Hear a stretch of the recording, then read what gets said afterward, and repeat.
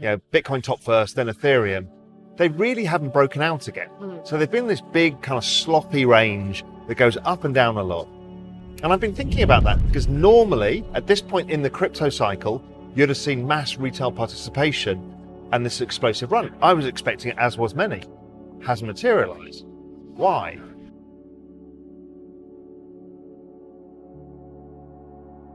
And in the end, we're talking about inflation that's running at 6-7% a year.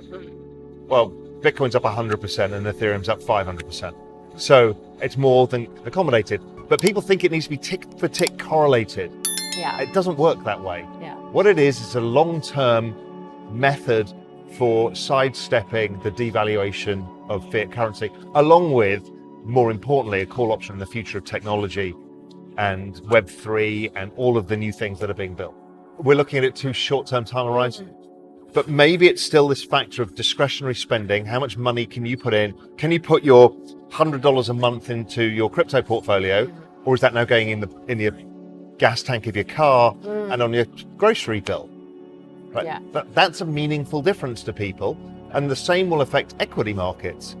So are the Robin Hood traders able to deploy as much capital into opportunities? The answer is probably not.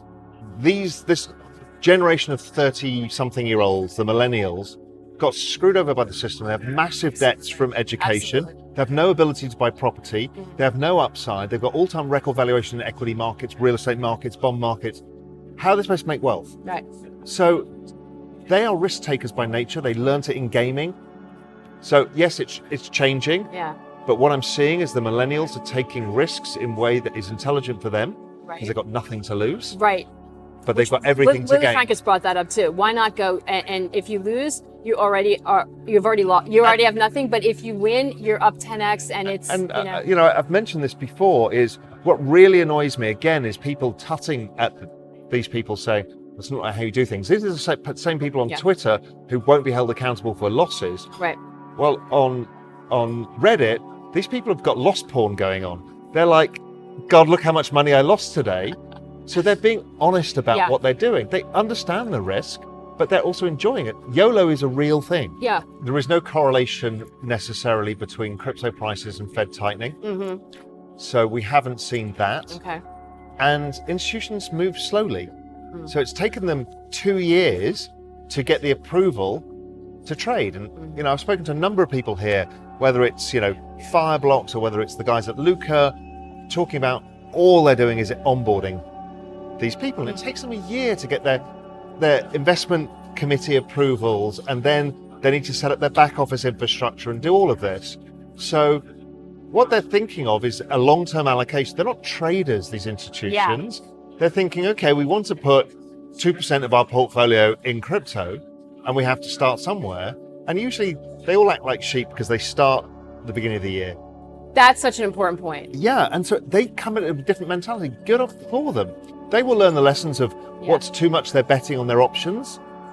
And they've also learned that crowd behavior works as well, and they can corral a community around an idea and participate together. So I just think it's different. And people look at the amount of options trading and go, this is excess speculation. No, this is a whole different group of people who trade in a different way. Much like when the systems funds and algos came into the market and was like, oh God, they're terrible. The world's going to blow up. No, they still exist. They just trade in a different way. So the reality is if you've debased the currency, your actual dollar is worth less in terms of stuff. So it looks less underfunded because assets have gone up, but the reality is the purchasing power of those assets hasn't increased.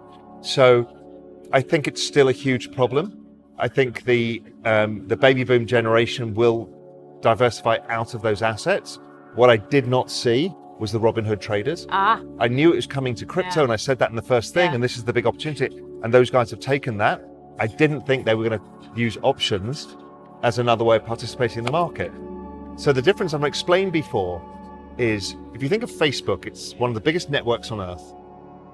We got the benefit of using the network and connecting with our friends and family, and the shareholders got rich because of network effects, Metcalfe's law. Because they owned it. Because they owned it. Now, we used it, and we were the commodity in many cases. And what it did, it concentrated the power into Facebook, Google, and these others. This new part is a decentralization of that entire structure. We're pulling apart that structure and rebuilding it by giving the network participants ownership of the network too. So that creates massive behavioral incentives for this to work, because suddenly you want this to work because the value of the network is going to go up, and because you own a part of the network, the token, you're going to make money from it. That's incredibly powerful. You give humans an incentive like that, it will explode. It's unstoppable because of that. And then they operate quarterly, they rebalance, and that does change the structure of markets. Because if crypto's gone up a lot or gone down a lot, if it's gone up a lot, they'll sell some to reduce the exposure back to where they want it to be, their 2%. But if it's fallen, they'll buy it. So it does dampen volatility over time and change the structure of markets. I think it's a good. Some people are traders, they're short term, they want to buy and sell. I don't think that's the right thing to do in exponential trends. They're volatile by nature. And all you're looking for is, what is the network adoption? Are people joining the network? Are people building on top of it? That's all that matters, because price will follow. So trying to figure out, where the price is going to be at any one point in time. And I wrote a tweet thread about this. It's like, there are no gurus. Nobody knows. Everyone's just trying to figure it out best we can based on the experience that we have. And the market will go where it goes. But the hypothesis, that's the thing you need to test. And the hypothesis is not, does Bitcoin go down to 40K? Does it go up to, does it end the year here? It's not that. The hypothesis is, if we're right, this whole Web3 revolution means there is a mass adoption of this space. Is that happening? And by all accounts, all we're seeing is continued adoption. But what is going on is we're building the third version of the internet, of which we can participate and own parts of it. And it also gets rid of or disrupts some of the existing problems of these massive corporations having control over the internet, what we see, what we read, how we operate, in so much so that they affect our behavior to serve ads to us, create anger, create fear. And if we haven't seen that in this past year, I mean. Yeah, and also, I find it amazing that people worry about government and giving over our information to governments and stuff, when we've basically given everything to Google and Facebook. Yeah. Everything we do, everywhere we've ever gone, what time we get out of bed, what time we check our phones, who we're with, they know every single part. Even those Nest cams in your house, the Nest creepy, in your house knows when you're on holiday, when you're back, what time you wake up, what room you're in. Because the ad pops up 5 seconds after you talked about something with apparently nothing on. So why does Google own Nest? Yeah. Because when you come into your house, what do? You put your phone down. So now it knows where you are in your house at any one point.